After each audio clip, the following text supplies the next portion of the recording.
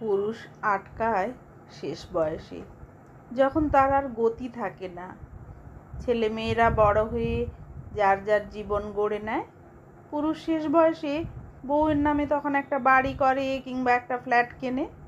Post অফিসের 1,50,000 টাকা তখন বউয়ের নামেই থাকে। ব্যাংক ব্যালেন্স, পেনশনের টাকা তখন আর কোনো নমিনি নয়, একদম বউয়ের নামেই জমা রাখে।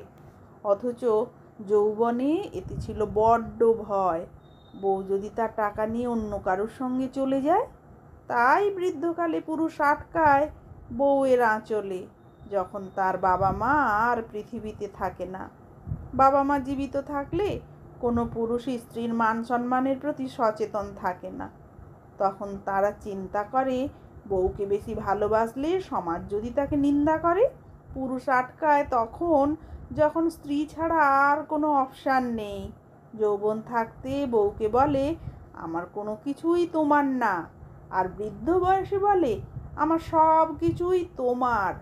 বোকা পুরুষ এটা বোঝে না, যৌবনে যার সাথে গভীর প্রণয় হলো না, বৃদ্ধ বয়সে তাকে আটকিয়ে কী লাভ। বৃদ্ধ পুরুষটির সাথে তখন তার স্ত্রীরও তো এক পা কবরে।